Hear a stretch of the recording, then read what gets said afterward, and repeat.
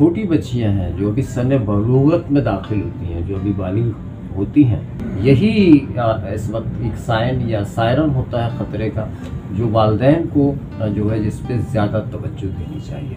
आज जो हम बात कर रहे हैं वो सिर्फ ये है कि ख़वातीन में मर्दाना खसूसियात का नुमाया होना इंतहाई ख़तरनाक है, जो कि मुस्तकबिल में जाके बांझपन का सबब बनता है।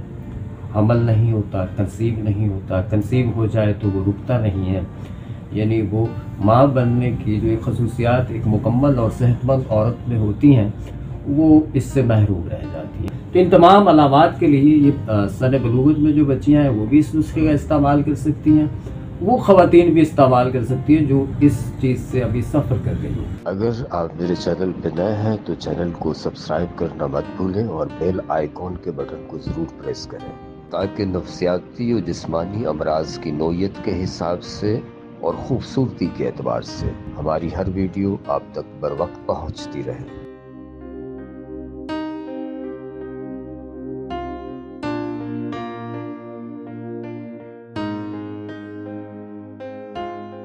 बिस्मिल्लाहिर्रहमानिर्रहीम, अस्सलाम वालेकुम वरहमतुल्लाह। मैं हूँ हकीम रज़ा इलाही और आप देख रहे हैं हकीम रज़ा इलाही यूट्यूब चैनल।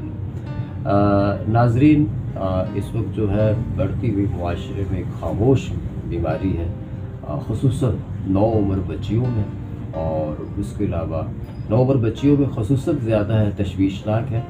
लेकिन उसके अलावा जो शादीशुदा ख़वातीन हैं उनकी लाइफ में भी कुछ अजीब तरह की परेशानियाँ, जो डिप्रेशन है वो आती है। जी, मामला ये होता है जो शादीशुदा हैं उनके यहाँ कंसीव नहीं हो रहा, एक तो ये इशू है। दूसरा ये है कि उनके अंदर मोटापा फैलता जा रहा है, मैसेज जो है उनमें बेतरतीबी है, अयाम माहवारी 2-2, 3-3 माह नहीं आ रहे होते, और उसके लिए मखसूस साइकिल वाली टैबलेट जो है वो ली जाती है या मखसूस दिनों में ली जाती है, जिसकी वजह से मैसेज आना शुरू हो जाते हैं।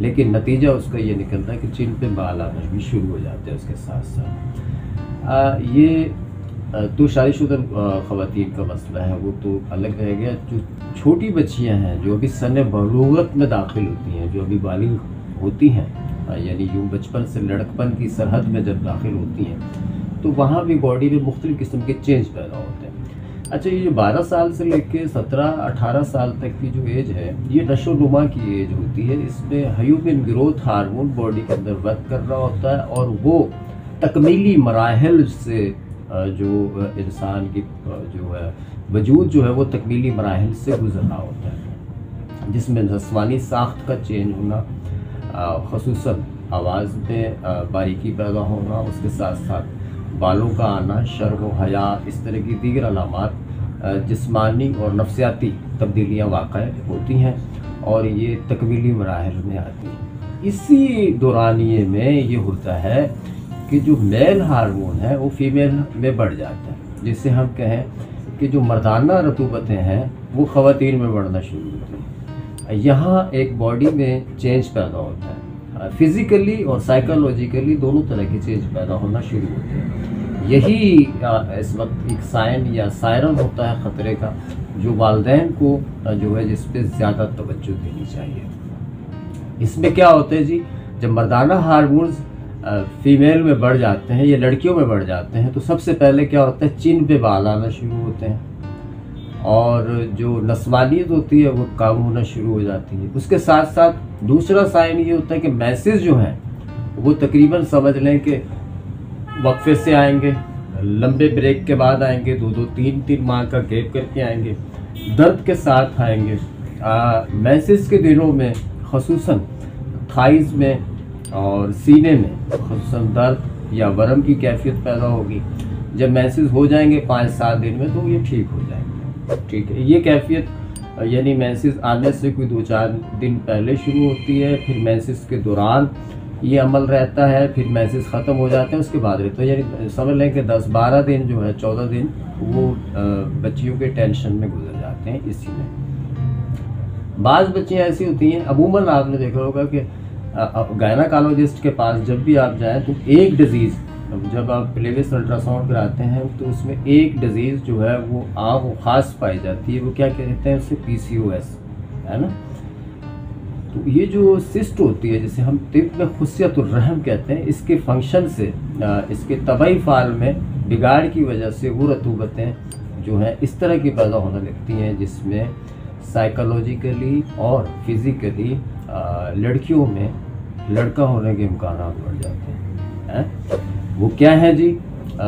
चिन पे मोटे मोटे बाल आना, और उसके साथ साथ जो साइकोलॉजिकली जो कैफियत होती है उनकी, वो लड़कों की तरफ उनकी रग़बत जो है वो कम हो जाती है, यानी सन्फ मुखालिफ की तरफ रग़बत कम होगी और हम जिनसी का जो रुझान है उस तरफ बढ़ जाती है। ये सब में नहीं है, क्योंकि ये जो एक खसलत इस वक्त माशरे में पाई जा रही है, यहाँ तालीम व तरबियत, उसके अलावा जो परवरिश है, माहौल है, उसका भी एक बड़ा असर पड़ता है। लेकिन जहाँ जिस माहौल में जहाँ ये सारी चीज़ें जिनको अवेलेबल होती हैं, जो मॉडर्न हम कह लें कल्चर है या मॉडर्न मुआशरा है, वहाँ पर ये बच्चियाँ जो हैं साइकोलॉजिकली तौर पे एक गलत या आप कहें जिनसी गैर अखलाकी रवैयों की मुर्तकब होती हैं, जिनसी गैर अखलाकी रवैयों की मुर्तकब होती हैं और फिर उनकी साइकी वही बन जाती है। आज जो हम बात कर रहे हैं वो सिर्फ ये है कि ख़वातीन में मर्दाना खसूसियात का नुमायाँ होना इंतहाई ख़तरनाक है, जो कि मुस्तकबिल में जाके बाँझपन का सबब बनता है।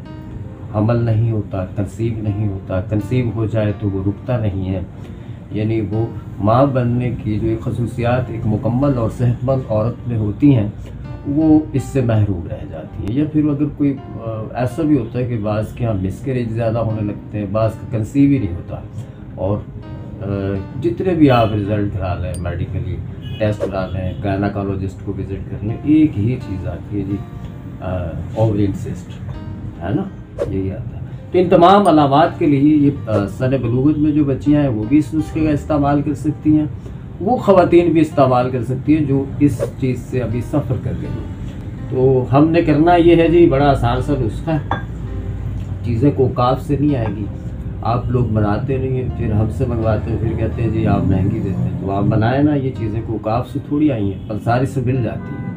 आप ले लें, लेते खुद नहीं है, मेहनत आप खुद नहीं करते, फिर कहते हो जी दवाइयाँ महंगी। दवाइयाँ महंगी मिलेंगी आपको। ये है जी तुम्बे की जड़, और इसमें हमने डालना है राई दाना, जो कि अचार में डलता है ना।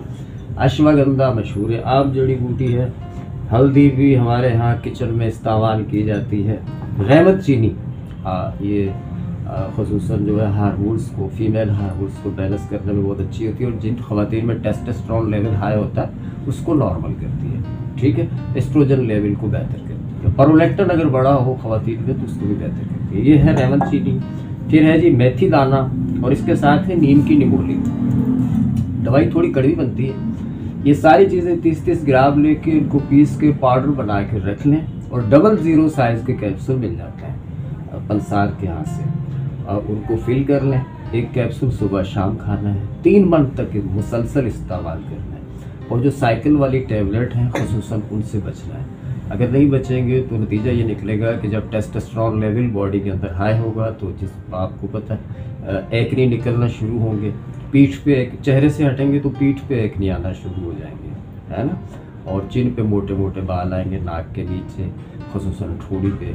इस तरह की तमाम कैफियत जो हैं उसके लिए ये 3 माह का कोर्स है, इस्तेमाल करिएगा।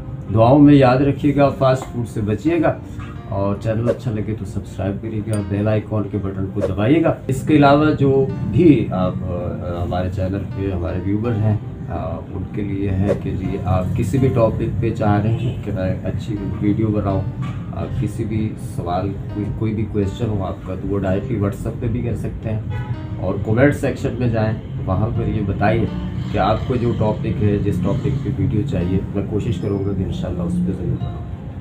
दुआ में याद रखिएगा। अल्लाह हाफ़िज़।